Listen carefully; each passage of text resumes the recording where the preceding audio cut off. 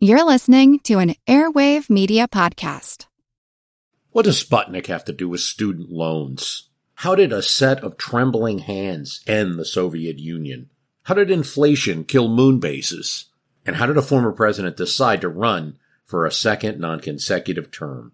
These are among the topics we deal with on the My History Can Beat Up Your Politics podcast. We tell stories of history that relate to today's news events. Give a listen. My History Can Beat Up Your Politics, wherever you get podcasts.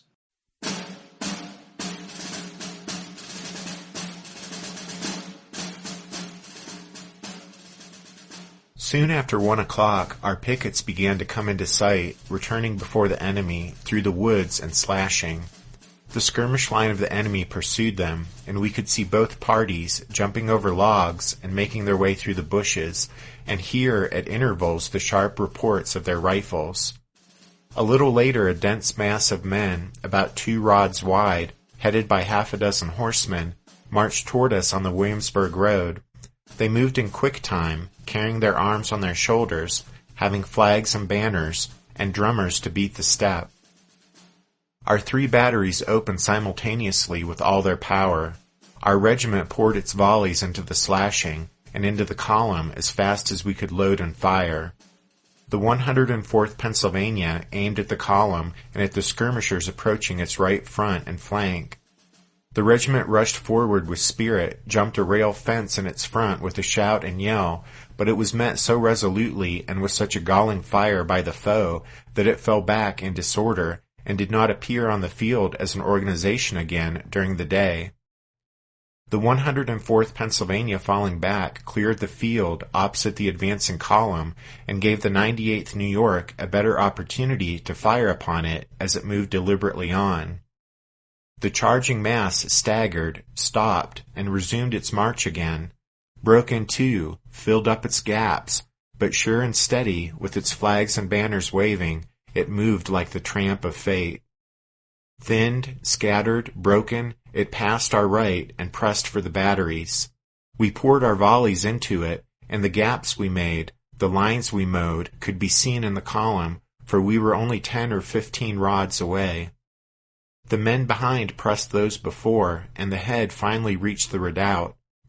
One of the mounted leaders ascended the parapet and was shot with a pistol by an artillery officer. The whole column staggered and sank to the earth. Private John Gear, 98th New York, Palmer's Brigade. When we reached the vicinity of the woodpile, where there was a big barn and several outworks that had been thrown up by the Federals, but which had been captured by our forces, we could see all the camp of Casey's division not 100 yards from us. The shelling was now terrific. As we double-quicked across the field, the enemy had plain view of our brigade and had trained their several batteries upon us. Shell, shrapnel, and round shot screamed over us, fortunately a few feet too high. We pushed towards the enemy like a lance, instead of spreading out in a line. My company was in advance, the lance head of the column. As we advanced close to the woodpile, the musketry joined the artillery, and to go into that fire-swept camp seemed like entering the jaws of hell itself. The onward gait by the column was kept up. "Forward! Forward!" cried the officers, waving their swords above their heads. "Don't stop, men! Charge the camp!" Into the camp we went, with yells ringing high above the uproar of the guns. As we passed the barn and got in among the tents, the tempest of war was frightful. Every deadly projectile which could take human life and maim and disfigure was showered upon us. The air was alive with their coming, and shrill and shrieking with their passing.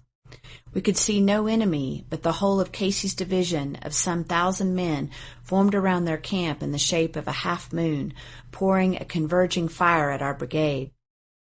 It sickens me at heart as I write what followed, a result that could not have been otherwise.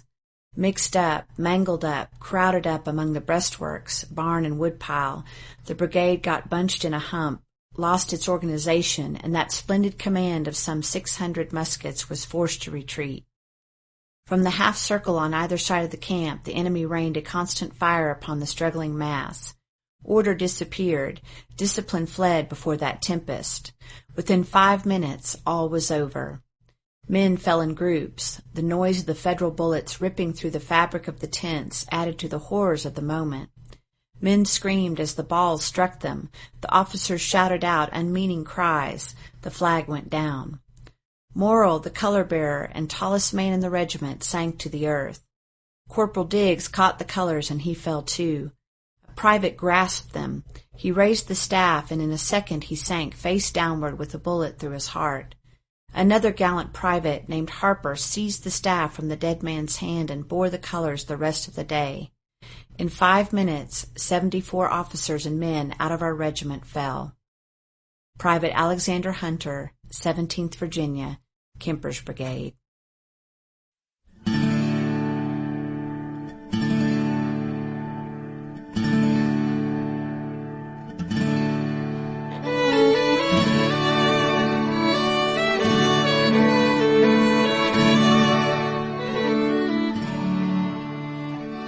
Hey everyone, welcome to episode 136 of our Civil War podcast. My name is Rich. And I'm Tracy. Hello y'all. Thanks for tuning into the podcast. With last week's show, we finished setting the stage for the Battle of Fair Oaks, which we'll start to cover in this episode. As y'all recall, in the spring of 1862, Confederate General Joseph E. Johnston's withdrawal up the peninsula toward Richmond and the slow but steady pursuit of the Army of the Potomac, led by George B. McClellan, had brought matters to a head as the Federals closed in on the rebel capital. McClellan positioned his army in such a way as to maintain pressure on Richmond from the east, while at the same time protecting his base at White House Landing on the Pamunkey River, and to prepare for a junction with reinforcements marching overland from northern Virginia. In fact, McClellan had positioned the Army of the Potomac so that it straddled the Chickahominy River. He had placed more than half his troops, 3 of his 5 corps, north of the river. This was a strange disposition of his army, but McClellan was preparing to bring his siege train within firing distance of Richmond, and he would need the nearby rail line to transport those enormous weapons. Joe Johnston's withdrawal up the peninsula had frustrated Confederate President Jefferson Davis to no end, and had alarmed Davis's military advisor Robert E. Lee. When the two men had tried to get Johnston to discuss his plans for defeating McClellan, Johnston mostly ignored them, instead continuing his withdrawal until he was behind Richmond's defenses, where he watched and waited, ready to react to any mistake or opportunity presented by the enemy. That, however, is the most charitable explanation for Joe Johnston's actions. That is, that in an effort to keep his options open and to limit risks, he deliberately avoided making a commitment to a fixed plan. But this just made Davis and Lee more apprehensive, especially when at times it seemed as if Johnston would prefer to evacuate Richmond rather than fight for it. But if Joe Johnston's game was waiting for a golden opportunity to strike out at McClellan, then that opportunity materialized near the end of May. The Yankees had rebuilt Bottom's Bridge, one of the bridges across the Chickahominy destroyed by the rebels, and then 2 Federal corps had moved across the river. McClellan knew that having his army straddle the Chickahominy was awkward and left him vulnerable, so he set in motion efforts to construct or rebuild 11 bridges between Bottom's Bridge and Mechanicsville in order to facilitate the communication between the 2 wings of his army. But the fact remained that by May 25th, the Chickahominy physically divided the Army of the Potomac, with those 2 corps south of the river and the other 3 corps remaining north of it. Joe Johnston, recognizing the golden opportunity to strike the Yankees while McClellan's army was divided by the Chickahominy, determined to attack one or both of the enemy wings. Johnston began to develop his plan after further consolidating his forces by moving Benjamin Huger's troops from Petersburg to Drury's Bluff, and advising Lawrence O'Brien Branch at Gordonsville and Joseph Reed Anderson near Fredericksburg to shift their forces closer to the endangered capital. That would mean that about 75,000 rebel troops would be concentrated near Richmond, and that would be the largest force ever assembled in the field by the Confederacy up to that time. Johnston's initial idea was to strike the extreme right of McClellan's army north of the Chickahominy in conjunction with a smaller assault against the right flank of the two corps south of the river. His decision to move against the Federals north of the Chickahominy with his main attack was based on the urgency created by the belief that McDowell was marching southward to link up with McClellan. This belief was strengthened on May 27th by an engagement 15 miles north of Richmond at Hanover Courthouse, which we talked about in the last episode. That small battle at Hanover Courthouse appeared to Joe Johnston to signal that the link-up between McDowell and McClellan was imminent. A successful Confederate attack north of the Chickahominy would drive McClellan back and prevent such a union. Although he neglected to inform Davis or Lee of his plans, Johnston scheduled the attack for May 29th, but the night before that, information coming in from Confederate cavalry commanded by Jeb Stuart indicated a change in the enemy plans. The new report said that McDowell was no longer headed south to link up with McClellan, but was instead being withdrawn and sent westward to reinforce Union forces operating against Stonewall Jackson out in the Shenandoah Valley. So now, with an entirely different set of circumstances confronting him, with the news that McDowell was no longer marching to link up with McClellan, Joe Johnston no longer needed to attack in order to prevent the unification of enemy forces in front of Richmond. But the situation, with McClellan's army straddling the Chickahominy, was still ripe for exploitation, and so the Confederate commander decided he would still go over to the offensive. But now his main effort would be south of the river, where he would strike and crush the weaker of the two enemy wings, and then be free to turn his victorious army on the remainder of McClellan's force north of the Chickahominy.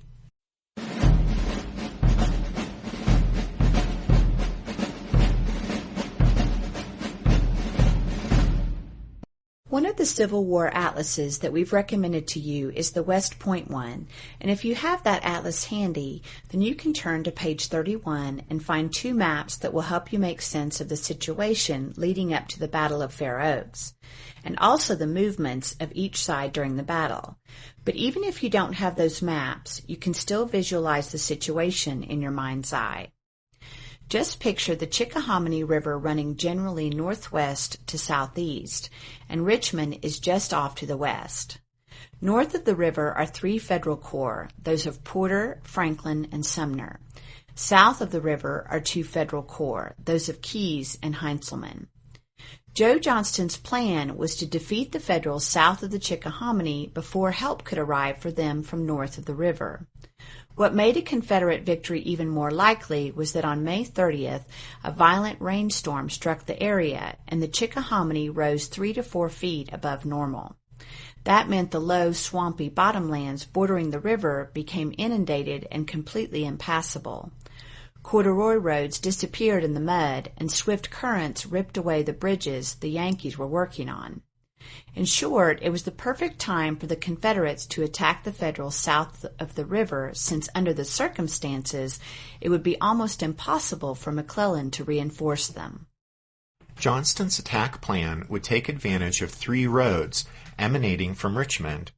The first, 9 Mile Road, was on Richmond's northeastern edge and passed through Fair Oaks Station, a stop on the Richmond and York River Railroad. The road then intersected with the Williamsburg Road at 7 Pines. 9 Mile Road was named for the 9 miles it ran from Richmond to 7 Pines.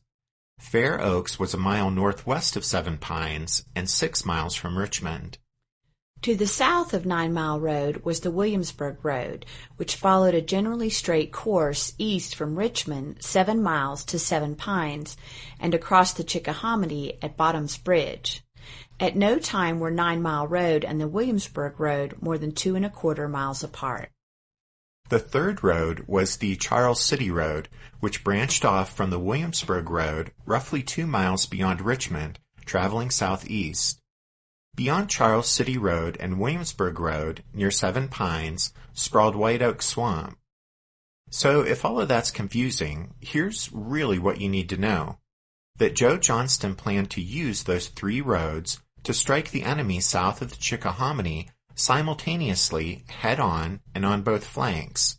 Such a maneuver is called a double envelopment. In preparation, Johnston divided his army in half, creating a left wing under Gustavus Smith and a right wing under James Longstreet, each with 3 divisions. Smith would hold 2 of the left-wing divisions, Magruder's and A.P. Hill's, in reserve along the upper Chickahominy, northeast of Richmond, to prevent the crossing of Federal reinforcements there. His 3rd Division, under W.H.C. Whiting, would support Longstreet to the south. Longstreet's wing, 3 divisions, totaling nearly 40,000 men, would make the main attack, striking east toward Seven Pines on those 3 different roads. Benjamin Huger would take the Charles City Road, D.H. Hill was assigned the Williamsburg Road, and Longstreet himself, supported by Whiting, would attack on the 9 Mile Road. If all worked according to plan, Johnston would be committing as many as 51,600 of his 74,000 troops against the 33,000 men of those 2 federal corps isolated south of the river. The battle was to begin at 8 o'clock on the morning of Saturday, May 31st. This was Joe Johnston's first offensive of the war, and his plan appeared deceptively easy. Indeed, one of Johnston's staff officers later recalled that, quote, "It was an excellent and well-devised scheme, and apparently as simple as any plan could be," end quote. But while the plan was simple, in fact, many things would go wrong. Stephen Sears, author of the excellent book about the Peninsula Campaign titled To the Gates of Richmond, notes that, quote, "Few battles ever go entirely as their generals plan them, but seldom does a battle stray as far from plan as Seven Pines on May 31st, 1862, end quote. And Seven Pines is what the Confederates would call the battle, while the Federals would name it Fair Oaks. Yeah, this ended up being one of those Civil War battles with 2 names. At any rate, Joe Johnston's challenge with regard to his plan was one of coordinating several separate columns advancing into battle at the same time, but out of sight of each other. And in this, the Confederates would fail miserably. During the war, staff work and clearly written orders would prove to be a significant weakness of Joe Johnston's. And here, for this battle, Johnston's gravest error in this department was to give Longstreet only verbal instructions. Longstreet met with Johnston on the afternoon of May 30th, and Johnston should have wrote out explicit orders of his simple plan, because whatever Longstreet thought he heard from the Confederate commander, it was not the plan that Johnston envisioned. There's no record of their conversation Friday afternoon. All that can be said for it of certain is that it produced a colossal misunderstanding of how the upcoming battle was to be fought. Johnston did issue written orders to Hill, Magruder, and Huger, which is interesting since Hill and Huger would be under Longstreet's command for the attack. At any rate, the timing of the entire operation depended on Huger. When his lead brigade arrived at a predetermined position on the Charles City Road, about 1.5 miles south of Seven Pines, Huger was to signal Hill, who would then launch his attack in the center. On hearing the sound of Hill's assault, Longstreet on the left would throw his troops into action. Later, after making sure the Confederate right flank was secure, Huger would be free to strike north for Seven Pines, where he would assist D.H. Hill. But, incredibly, Johnston's orders to Huger were incomplete and didn't even state the intention to fight a battle on May 31st, which understandably left Huger greatly confused. Johnston also failed to clarify to Huger the command relationship with regard to Longstreet, which was a serious omission and a potential source of confusion given the fact that Huger technically outranked Longstreet. Stephen Sears observes that, quote, "Johnston was not a general noted for his attention to detail, and Seven Pines would demonstrate how careless he could be." End quote.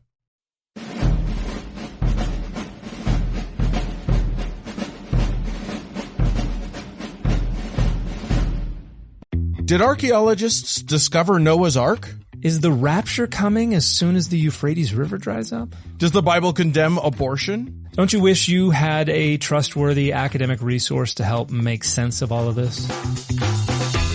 Well, I'm Dan Beecher, and he's award-winning Bible scholar and TikTok sensation Dr. Dan McClellan, and we want to invite you to the Data Over Dogma podcast, where our mission is to increase public access to the academic study of the Bible and religion, and also to combat the spread of misinformation about the same. But, in a fun way. Every week we tackle fascinating topics, we go back to source materials in their original languages, and we interview top scholars in the field. So whether you're a devout believer, or you're just interested in a clear-eyed, deeply informed look at one of the most influential books of all time, we think you're going to love the Data Over Dogma podcast, wherever you subscribe to awesome shows.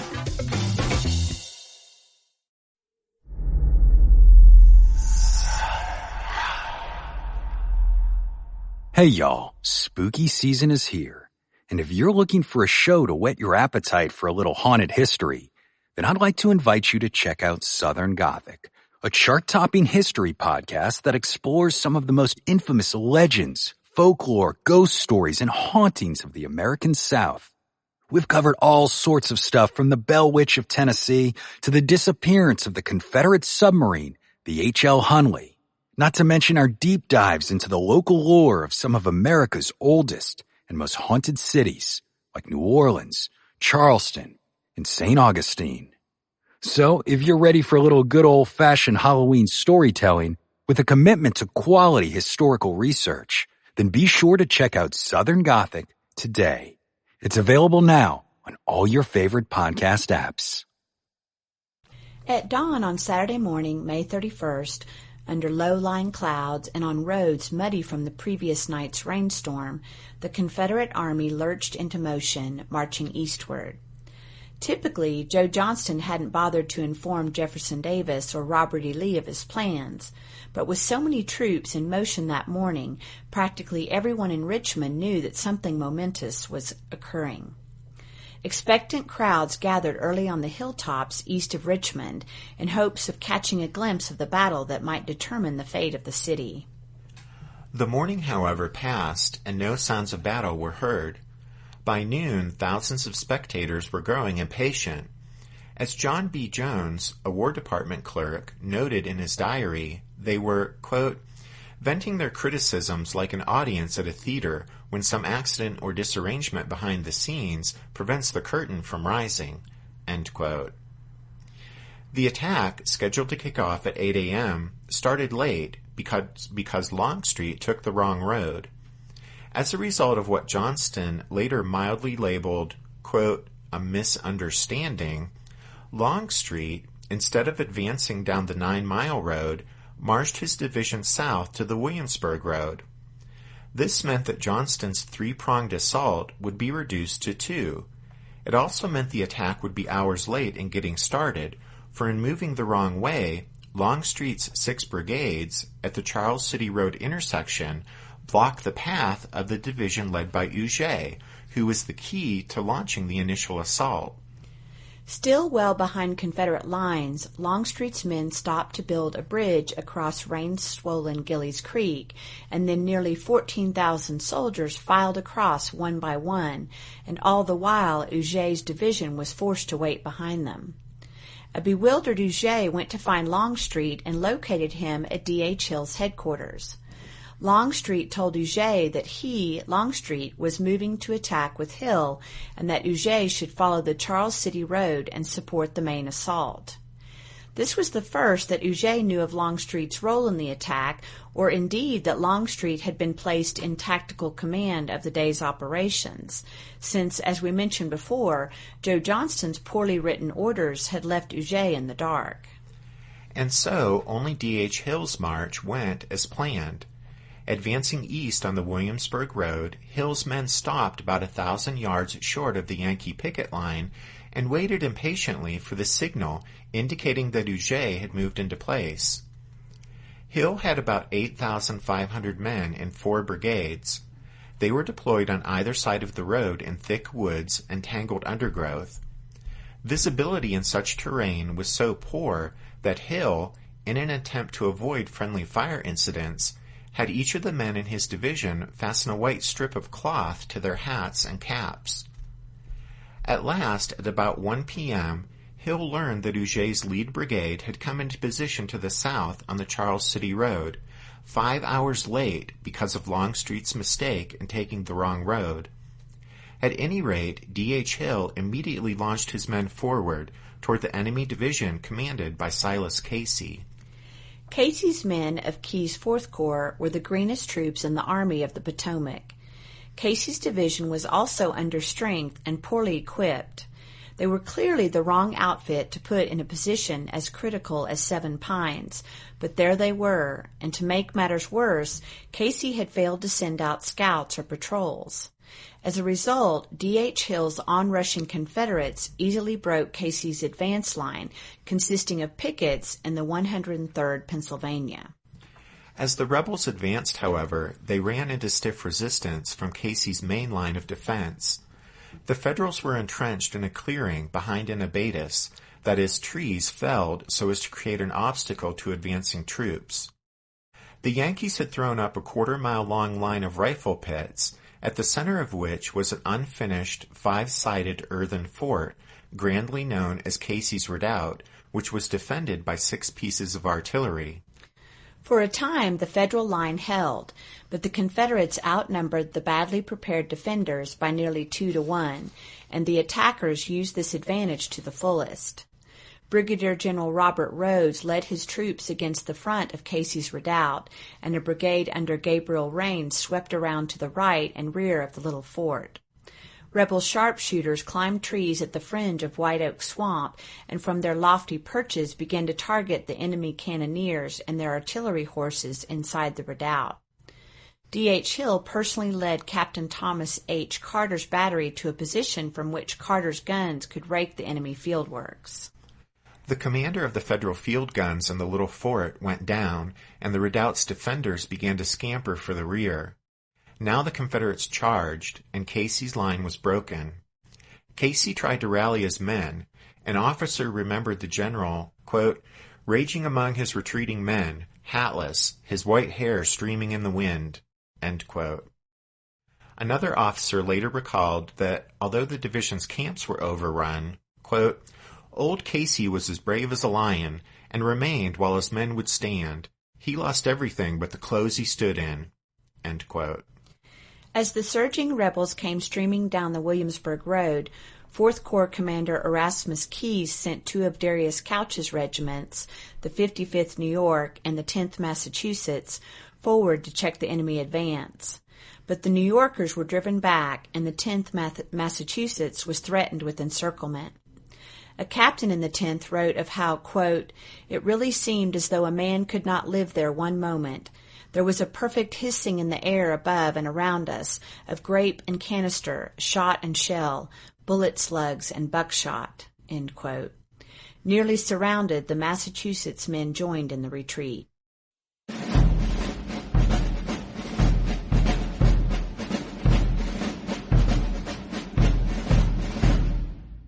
By 3 o'clock, the Federal battle lines had reformed back at Seven Pines, and the going got tougher for D.H. Hill's attacking Confederates. They had fought forward without reinforcement for 2 hours, and now they faced a much larger force of Union defenders, because the remnants of Casey's battered division were shored up now by Darius Couch's division and by 2 brigades of Phil Kearny's division. Kearny had come rushing up to Seven Pines Crossroads from 3 miles back. He deployed his 2 brigades on the Federal left, south of the Williamsburg Road, and launched a flanking counterattack that carried to Casey's overrun encampment. Kearny later wrote to his wife, saying, quote, another haphazard battle where I was sent for to redeem the blundering and shortcomings of others, end quote. And again, as at Williamsburg, the feisty, one-armed Union general seemed to lead a charmed life, galloping back and forth along the line of battle, unscathed amidst a hail of enemy fire. He enjoyed himself immensely, and when an officer asked where he ought to deploy his regiment, Kearny answered merrily, quote, oh, anywhere, 'tis all the same, Colonel. You'll find lovely fighting along the whole line. The brunt of Kearny's counterattack fell upon Rhodes' brigade. Rhodes had counted on the support of Rains on his right, but Rains' troops had bogged down on the fringes of White Oak Swamp and failed to keep pace.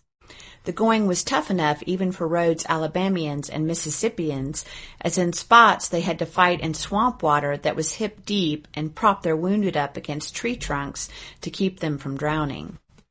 Rhodes himself took a nasty wound in the arm, but remained in command for 2 more hours until pain and weakness forced him to leave the field.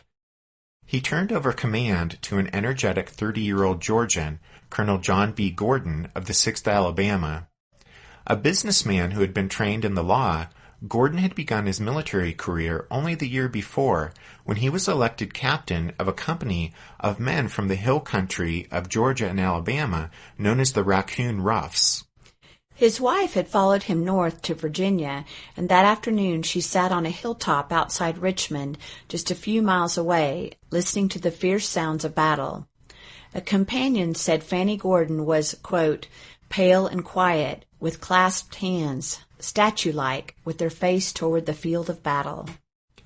On that field of battle, Gordon's horse was shot from under him, and his coat nicked with bullets as he led his men on a charge through the tangled abatis in front of Couch's division of Federals. Gordon's lieutenant colonel and major were both killed, and his men fell on all sides. Gordon got a shock when, as he was urging his men forward, he saw an all-too-familiar face. He later wrote, quote, I passed my young brother, only 19 years old, but captain of one of the companies. He had been shot through the lungs and was bleeding profusely. I did not stop. I could not stop. There was no time for that. No time for anything except to move on and fire on. End quote. The younger Gordon somehow survived his wound, but during the assault, the 6th Alabama lost 59% of its men, including 91 killed, the most for any Confederate regiment during a single action in the entire war. While Gordon and others in D.H. Hill's division struggled to maintain their momentum, Hill sent an urgent plea for help to Longstreet, who remained in the rear. But Longstreet, who was obviously still confused about the battle plan, had misdirected 4 of his 6 brigades. He sent 1 brigade north to guard the line of the railroad, though there was no Federal force in that direction, and then he dispatched 3 more brigades down the Charles City Road, where Huger already had 3 idle brigades covering the Confederate right flank. At last, responding to Hill's calls for help, Longstreet put his 2 remaining brigades to good use. One under Colonel James L. Kemper marched up in support of John B. Gordon's hard-pressed line opposite Kearny. As Kemper's men approached the fighting, they came upon a demoralizing sight. Private Alexander Hunter of the 17th Virginia remembered, quote, long streams of wounded made their appearance on their way back to the rear in every species of mutilation. Some were borne on stretchers, others swung in blankets from whose folds blood and gore dropped in horrible discharges, staining the ground and crimsoning the budding grass. End quote. As Kemper's troops crossed the abandoned earthworks and charged through Casey's empty camp, they were caught in a murderous crossfire, which was recounted in that quote from Private Hunter that Tracy read at the top of the show. Meantime, the other brigade that Longstreet had committed was executing a bold maneuver. Starting out from the Williamsburg Road under the command of Brigadier General Richard H. Anderson, the brigade attacked northeastward, following the line of a dirt track, fighting nearly to the 9-mile road and splitting the Federal defensive line between Fair Oaks and Seven Pines. Then, at about 4 p.m., Anderson assigned 2 of his regiments to Colonel Micah Jenkins, a gifted South Carolinian who at First Manassas and Williamsburg had already shown bold leadership. Jenkins' men fought south to Seven Pines, then audaciously cut east on the Williamsburg Road, slicing right through the Federal center. General Couch, 4 of his blue-clad regiments, and an artillery battery were separated from the rest of the division and retreated north toward Fair Oaks. Jenkins wrote, quote, pouring in my volleys at close range as I advanced, I drove them back, losing heavily myself, but killing numbers of the enemy, leaving the ground carpeted with dead and dying. Not long before dusk, Jenkins' 2-regiment Blitzkrieg had smashed forward to a point half a mile east of Seven Pines. During the advance, 10 of 11 South Carolinians in the color guard of the Palmetto sharpshooters were cut down by enemy fire, but their battle flag never touched the ground. Phil Kearny, who had been more than holding his own on the Federal left, was forced by Jenkins' bold thrust to fall back about a mile to protect his suddenly threatened flank. Back to the rear on the Williamsburg Road, Longstreet, who still knew little about the true situation as the battle progressed, had nonetheless decided around 4 o'clock that the right flank needed help and sent Joe Johnston a note requesting reinforcements. Though his attack was succeeding, Longstreet reported, his troops, quote, were as sensitive about the flanks as a virgin, end quote.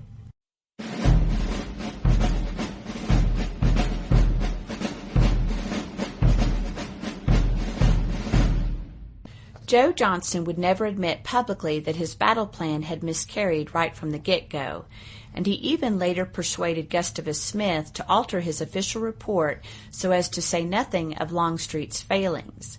But the truth is that at his headquarters along the 9-mile road, Joe Johnston had spent much of the day perplexed and bewildered, not even aware that a battle was raging at Seven Pines.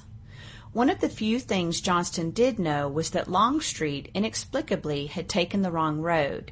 He had sent out couriers that morning to look for his errant general, and after they found Longstreet down on the Williamsburg Road about 10 a.m., Johnston had despaired, knowing that his plan had already hopelessly unraveled, and muttered, quote, "I wish all the troops were back in camp." But managing to rally somewhat from that disappointment, Johnston had still hoped to salvage his plan for a 3-pronged attack on the Federals. Although Whiting's division had originally been earmarked as Longstreet's support, Johnston decided to launch it against Fair Oaks as soon as he heard firing from D.H. Hill's division on the Williamsburg Road. Accordingly, before noon, Johnston moved Whiting's 5 brigades down the 9-mile road to a place called Old Tavern, 2 miles from Fair Oaks. There, setting up his field headquarters in a farmhouse, Johnston waited with Gustavus Smith and Whiting for the sound of Hill's attack. But the hours passed. Robert E. Lee, who had ridden out from Richmond with Jefferson Davis, came up to the farmhouse and said he thought he heard musketry. No, Johnston assured Lee, it was just an intermittent artillery duel. In another part of the house, staff officers heard the heavy musket fire 2 miles to the south, but not having been told of its significance as a signal for Whiting's attack, they said nothing. Not until Longstreet's call for reinforcements came shortly after 4 p.m. did Joe Johnston realize what was happening. He wasted little time on recriminations, even though in advancing down the 9-mile road, he was being asked to do what Longstreet himself was supposed to have done hours before. Instead, Johnston took personal command of Whiting's division and started down 9-mile road toward the battlefield, galloping away just as Jefferson Davis arrived at the farmhouse. If he saw Davis, and it's hard to believe he didn't, Johnston made no effort to stop. He almost certainly didn't want to have to answer embarrassing questions from the president about his fouled-up battle plan, and besides, he was in a hurry to get Whiting's division into action. Late on that Saturday afternoon, it was still possible for Joe Johnston to salvage a victory from the botched battle. Though he didn't know it, Micah Jenkins' thrust had split the Federal defenders at Seven Pines, and so if Johnston swooped down from the Confederate left with the 10,000 men of Whiting's division, he could link up with Jenkins to deliver a decisive blow. But in a day already filled with unhappy mishaps for Joe Johnston, yet another frustration now lay ahead of him on the 9-mile road. And that's where we'll leave things this time. Next time, we'll look at the rest of what happens on the first day of the fighting, and then talk about the action and inaction on the second day of the battle. Unfortunately, you guys will have to wait a bit for the next episode, since with Christmas coming up and with travel plans, we won't have episode number 137 out to you until the first weekend of 2016. But that'll just give you something to look forward to in the new year, right?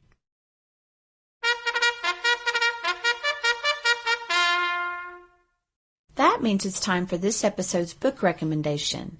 And our recommendation this time is Fair Oaks, 1862, McClellan's Peninsula Campaign by Angus Constam.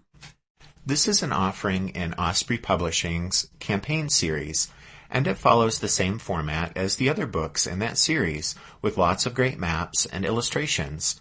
The painting on pages 74 and 75, depicting the storming of Casey's Redoubt, is particularly striking.